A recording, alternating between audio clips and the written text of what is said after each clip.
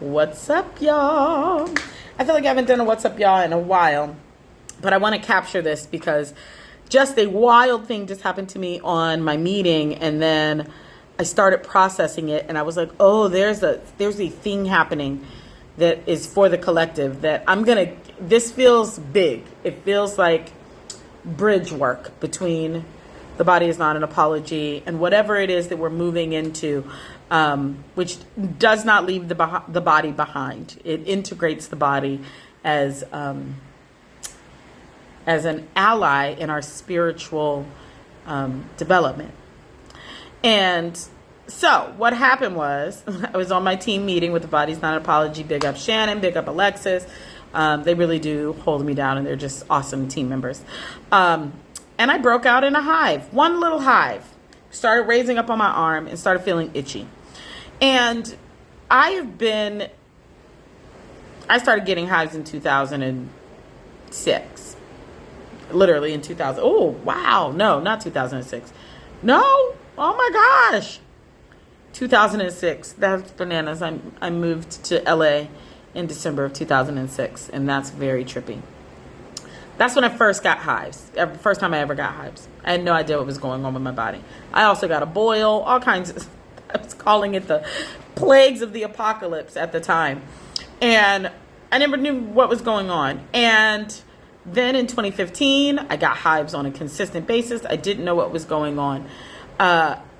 It was a very consistent process. And it was not until the last year and a half, 2 years, that I started getting hives, and I became aware that the hives were alerting me, because I used to keep a diary of like, what did I wear? What soap did I use? And I still do notice those things. There are body chemical things that will create hives for me. But what I began to notice and chart very clearly, very consistently, again and again and again, is that I get a hive before I'm about to do something that I'm not supposed to do. Literally, if I'm about to have a conversation and if I'm about to eat something that isn't going to be good for me, I will break out in one hive. And if I continue on it, I will break out in multiple hives. If I abort mission, the hive goes away. What I realized today, what I've been realizing, I started noticing it, and I thought it was just for me. And then I was like, this is not, Sonya, this is a collective. This is not just for you. This is what happens when you build relationship with your body. I got this hive today and have noticed this periodically. I will get a hive.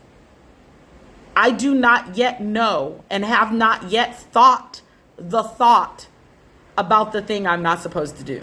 I really want y'all to be with me for a second and hear this, because it's wild, mind blown when I piece this together today. The hive appears before the conscious thought about the behavior. My body is responding. Come on, I really want us to get what it is I'm communicating, because it is revolutionary should we actually start to move with it. My hives respond to an energetic shift that has not yet become a thought or an action. I got a hive today, and I did not know what it was that it was telling me. I was like, I haven't done anything. I haven't said anything. I don't even, I'm not even thinking about anything. And then a thought came up, and I was like, oh, I'm going to tell my team ... And then the hive got really itchy. And I was like, am I not supposed to tell my team ... And I was like, oh, I think the hive, and I felt disappointed because I was really excited to share.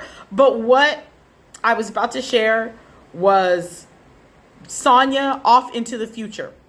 Sonya into a place and a time that is not present, and that does not tend to the things that are present for us right now. It's fun, it was great, but it wasn't time. I had not yet thought the thought before my body alerted me that the thing I was about to think was not a thing I should act on. And as soon as I was conscious of it, the hive went away and the itching went away. What I want you to know is that your body has information that it is already telling you about how you're moving before you even think about the move.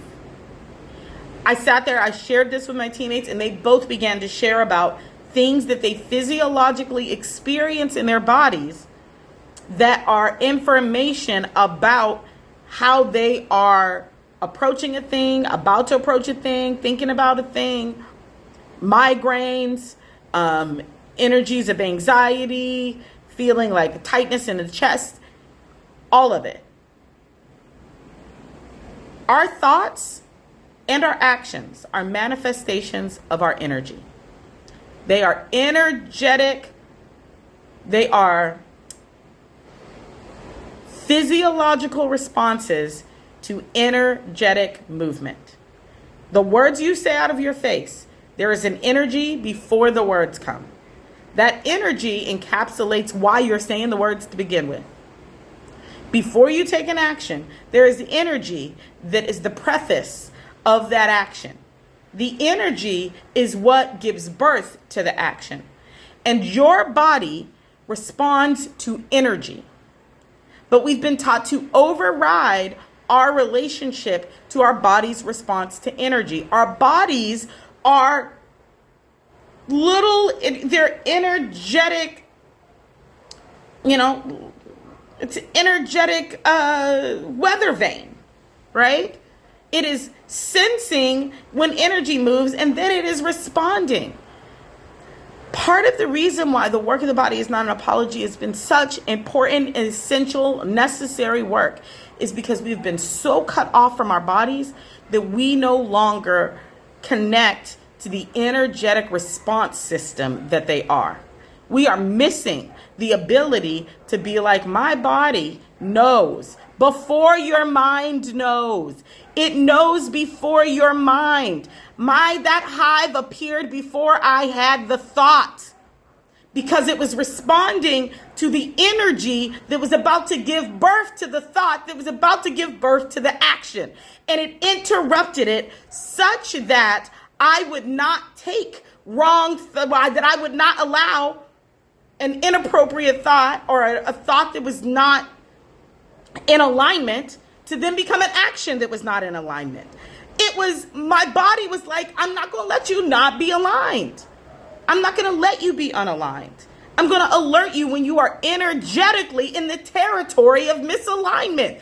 Come on, y'all, get into this. When you learn to listen to the subtle cues of your body, it will transform the entire direction of your existence. You will begin to move and walk in a system that has nothing. It's not even faith. It's literally your body is designed to alert you. That's why we're given bodies so that we could figure out how to move in a material world as energetic beings. It's the same reason an octopus has suction cups on the bottom of its tentacles, so that it can feel what it's navigating. Our bodies are literally feeling the energetic reality of our world, our minds, and everything else, and constantly giving us information. We've been so disconnected that we don't even notice that it's giving us information. I started getting hives in 2006 when I moved to Los Angeles, California. I lived in Los Angeles, California for 2 years before it was very clear to me that I wasn't supposed to live in Los Angeles, California. My body told me the night I arrived and proceeded to tell me for many months afterwards. And then it stopped because it was clear that I wasn't listening. But the hives were already there. This is an invitation. I promise to continue to explore this. This is the bridge between the body and the spirit, between body and energy, between the physical and corporeal being and that which we cannot see but we know exists. We're going to keep talking about this. But this is major keys, y'all. Get into it. Your body is communicating things to you. It wants you to know. I want you to listen. I want you to keep a little journal. Start writing it down. When you have sensations in your body that don't feel good. And then what's the next? Count 5 minutes. What's the next thought that comes? What's the thing that's about to happen? It's giving you information about misalignment. It's trying to put you on the right track. Your body is trying to get you aligned with your spirit. That's what it's trying to do. That's what this whole project is about. That's what all of it's for. So that we might be integrated, aligned beings having this human experience. I'm so excited. My brain was like, and I'm excited to keep talking about it. All right. Mwah. Go listen to your body. It's got stuff to tell you.